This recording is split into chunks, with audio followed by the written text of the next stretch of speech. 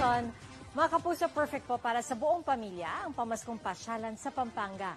Bukod po sa nagagandahang mga Christmas display, ma-enjoy din ang pag-food trip doon.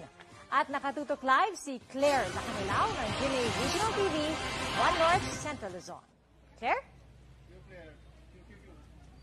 Pia, talagang ramdam na nga ang Christmas vibes dito sa tinaguriang Christmas capital of the Philippines, San Fernando, Pampanga.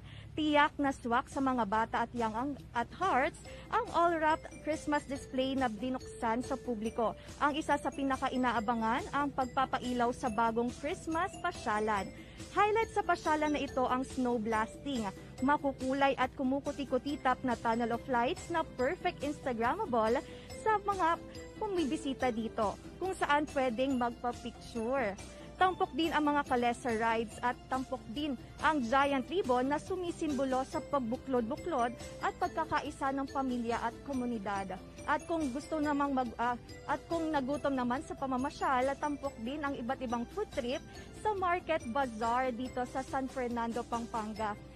Pia, mula 6 p.m. hanggang 10 p.m. onwards magsisimula ang Christmas display at mag-start ng Webes hanggang Linggo.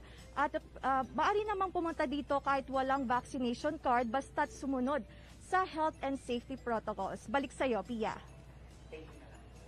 Maraming salamat sa iyo, Claire Lacanilao ng GMA Regional TV, 1 North Central Luzon.